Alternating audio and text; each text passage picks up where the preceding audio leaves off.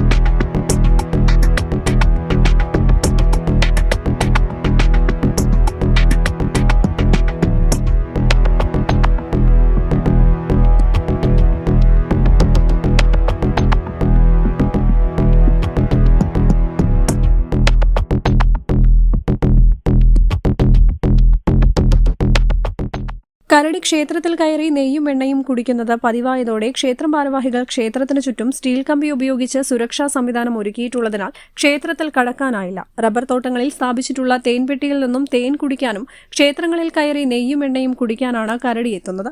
കഴിഞ്ഞ 2 വർഷമായി അമരമ്പലം പഞ്ചായത്തിലെ തേൽപ്പാറ, കവളമുക്കട്ട ഭാഗങ്ങളിലെല്ലാം കരടി സാന്നിധ്യമുണ്ട്. മേഖലയിൽ കരടികളുടെ എണ്ണം വർദ്ധിച്ചിട്ടുണ്ട്.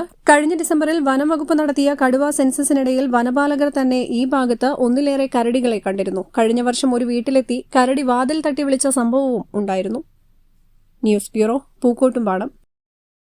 തലമുറകൾ സാക്ഷ്യം വഹിച്ച വിശ്വസ്ത പാരമ്പര്യവുമായി PAK Gold and Diamonds. Most trusted gold. PAK Gold and Diamonds.